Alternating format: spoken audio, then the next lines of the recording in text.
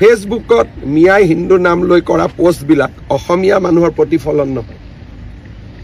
আজি ফেচবুকত আপোনালোকে ফেচবুকত এন্টি বিজেপি হৈ আছে। মেক্সিমাম মিয়াই এটা হিন্দু নামত একাউণ্ট খুলি ৰাখে। মিয়াই প্ৰত্যেক মিয়াৰে ৫টা ৬টা হিন্দু নামত একাউণ্ট আছে। মই চব জানো। বিহাৰ ইলেকশ্যন বুলি নহয়, অসমে নিজৰ ভাৱেৰে জিকিব। বিহাৰেতো অসমৰ পৰা আঁচনি লৈ গৈহে জিকিছে।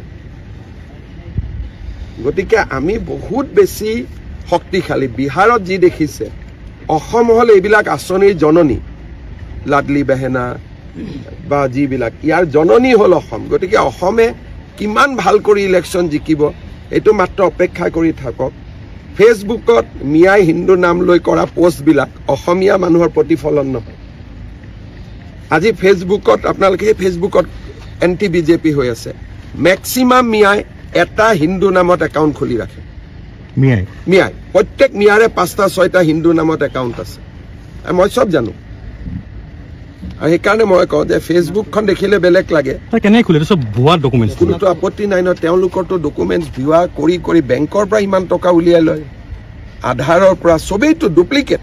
তেওঁলোকে নিজক হিন্দু বনাই হিন্দু ছোৱালীকে বিয়া কৰাই লয়। ফেচবুক একাউণ্টটোতো সৰু কথা হৈ গ'ল না। তেওঁলোকে মানুহৰ আগত ৰাহুল ৰাহুল ৰাহুল কৈ থাকে। ছোৱালীজনী বিয়া হোৱাৰ দিনা গম পায় যে ৰাহুল আলী। গতিকে তেনেকেতো চলিয়ে আছে। সেইকাৰণে মই এটাই কথা কৈছো যে কেতিয়াও জুবিনক মদৰ লগত তুলনা কৰিব নাপায়। ৩৮,০০০ গান আছে। ইমান ডাঙৰ সাহিত্য সংস্কৃতিলৈ অৱদান আৰু নাই। এতিয়া মদাহীসকলে ৰাতি গৈ ১টা বজাত জুবিনক ন্যায় দিয়ক চিঞৰি থাকে। মোৰ মনটো কিমান বেয়া হয় মই নিজে বুজাব নোৱাৰো। কাৰণ জুবিন তেওঁলোকৰ সম্পত্তি নহয়।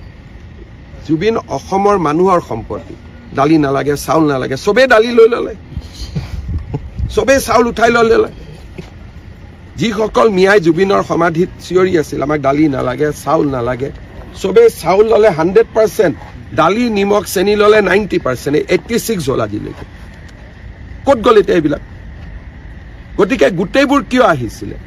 জুবিনক ভাল পাই নহয়, বিজেপিক বিৰোধিতা কৰিবলৈ, হিমন্ত বিশ্ব শৰ্মাক বিৰোধিতা কৰিবলৈ, যাতে এভিকশ্যন নহয়, যাতে চৰকাৰখন ভাঙি যায়। কোনেও জুবিনৰ গান এটা গা বুলি ক'লে গাব নোৱাৰে। অলপ আগতে মই নলবাৰীত কৈ আহিছো, আমি দুৰ্গা পূজাত জুবিনৰ ফটোক শ্ৰদ্ধা জনালো, আমি ৰাসত জনালো, লক্ষী পূজাত জনালো। এতিয়া গৌৰীপুৰত অহা মাহত ইষ্টেমা আছে, তাতে জুবিনৰ ফটো লগাবনে নাই মই নিজে চাব যাম।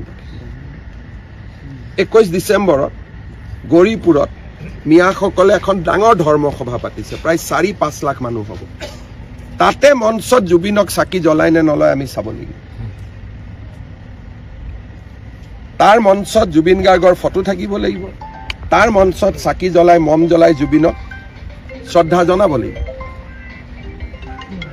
এতিয়া মোৰ ভয়তে হয়তো ইষ্টেমাই কেঞ্চেল কৰি দিব।